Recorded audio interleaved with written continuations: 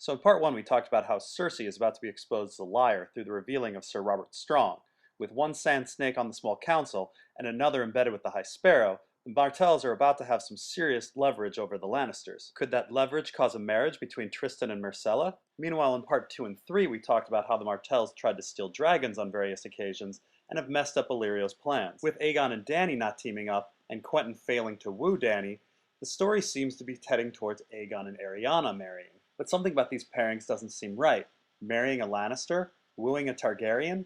Marrying a Blackfyre? Allying with Ironwoods? These houses are Martell enemies. Not to mention, if the Martells are going through this much trouble, they're playing to win, not come in second place. As lucrative as these pairings are, they don't win the Game of Thrones. After all, the last time the Martells tried to marry into power, it didn't go so well. Brings us to our final attempt at stealing a dragon, through the mysterious Maester Marwyn. Although we've met many of Marwyn's students, including Mirri Maz Duur, Qyburn, Oberyn Martell, and Sorella Sand, we know very little of Marwyn himself. However, Marwyn has a huge impact on a story that few give much thought to, the story of Sam and Aemon. Now, it's only when Sam reaches Oldtown that Sorella Sand reveals that Marwyn has been watching them the entire time, and that the Cinnamon Wind has been working with Marwyn. So let's re-examine the story with Marwyn's glass candle in the picture. Our story begins with Jon deciding he needs to get Aemon and Mance's son away from Melisandre. We later find out that Aemon heavily influenced this decision. Now there's not much logic to this decision. Stannis is unlikely to kill innocent people, and the Night's Watch is unlikely to let anyone murder their maester. So I do wonder why Aemon suddenly wanted to get to Oldtown. Was it because of his dreams? Later in Bravos, we find out what the content of some of these dreams were. They are of Aemon and his brother Egg getting wasted in Oldtown. So it seems that Marwyn and Sorella have been impersonating Aemon's brother in order to extract information from him.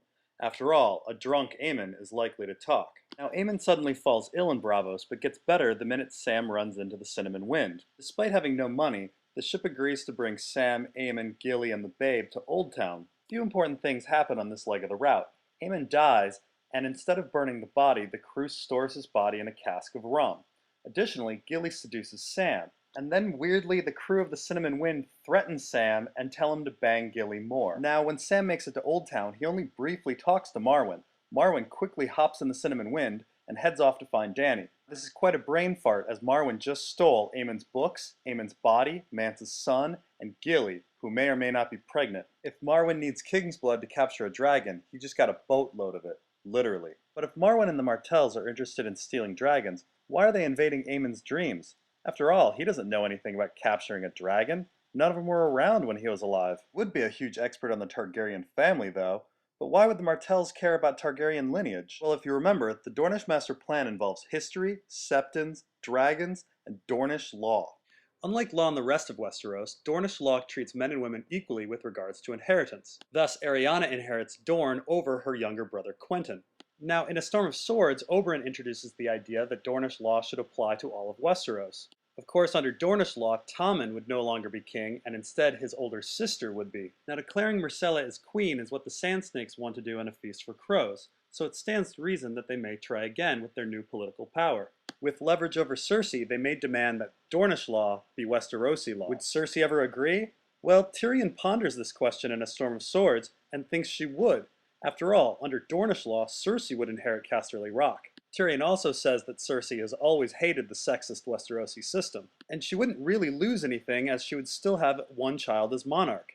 Not only that, but the very hated Margaery would be replaced with the very innocuous Tristan. But this is only half the story. What would Dornish law do to Aegon? Now, currently Aegon is pretending to be the son of Rhaegar and Elia Martell. This would place him ahead of Daenerys in succession, but it's not a very believable story, as the Mountain very publicly confessed to killing the real Aegon.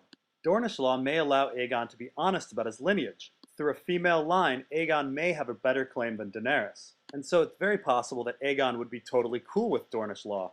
So under Dornish law, it looks like the Martells could hedge their bets. After all, if Myrcella is queen, Tristan is king. And if Aegon is king, Arianna can be queen. Except Dornish law is a big trick. Like I said before, the Martells are here to win the Game of Thrones, not come in second place, and they want their vengeance. Keep in mind, Dorne gave Arianna a book on Dornish law after she tried to pull her Myrcella scheme. This means that there's something else in the law that's significant. For example, we have no idea what Dornish law says about legitimized bastards, or polygamy, or incest. Considering the fact that Myrcella is a bastard of incest, and Aegon is from a line of legitimized bastards in a family of incestuous polygamers, they may have trouble claiming the Iron Throne. And let's keep in mind that the Faith of the Seven is also against polygamous marriage, incest, and legitimized bastards. Not to mention there's the issue of usurping. The Baratheon claim to the throne comes through Robert, and the Targaryen claim through Aegon the Conqueror. But Dornish law is much, much older than them. It derives from Nymeria 1,000 years ago. Nymeria is also where Dornish royalty derived from, which means under Dornish law the proper ruler of Westeros would be Arianna. After all, she comes from an unbowed, unbent, unbroken line from Nymeria, who exist under Dornish law, who have accepted the Faith of Seven, and whose family is free of polygamy, incest, and legitimized bastards. The nationalizing of Dornish law wins the Game of Thrones for the Martells. It makes Arianna queen, free of the yoke of crazy Targaryens, and achieves full revenge on the Lannisters. But if birthright meant a damn, Viserys would have had more followers, which is why the Martells are trying to steal a dragon. Oh, and one more thing. The Dornish master plan is not just about vengeance in the Game of Thrones. Oberyn Martell was up to something even larger. How do we know? Well, let's take a look at his life. So we know that after Elya's death and Oberyn's failed attempt to raise Dorne for Viserys, Oberyn rarely left Dorne. And the Sand Snake births match this. He has 4 children with Ellaria Sand. Prior to the rebellion, he lives a more interesting life of traveling, studying, and soldiering. And again, his Sand Snake births match this, with one being by a Summer Islander, one being by a Septa, and one being by a Valantian noblewoman. But this is astoundingly backwards. Before Elia dies, Oberyn is aggressively pursuing poison, dark magic, foreign connections, and the ability to fight. Said another way, Oberyn was scheming before he had an official reason to scheme, and it's hard to believe it was only just to take down the Ironwoods.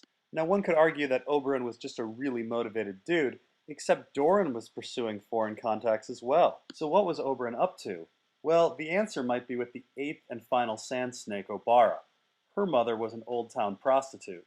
This means that prior to Elia dying and prior to Robert's rebellion, prior to forming his own sellsword company and prior to running with the Second Sons, prior to studying magic and prior to studying poison, prior to studying at the Citadel and prior to traveling the world, and even prior to the Ironwood incident, Oberyn was hanging at an Old Town brothel. And you know who else hangs out at Old Town brothels? Marwyn. So from the beginning, the Dornish master plan may have been about dragons and darker things. Once again, I'd like to say that I'm probably wrong about half of this, because the story is meant to deceive. But I hope you've rethought some things and had some fun.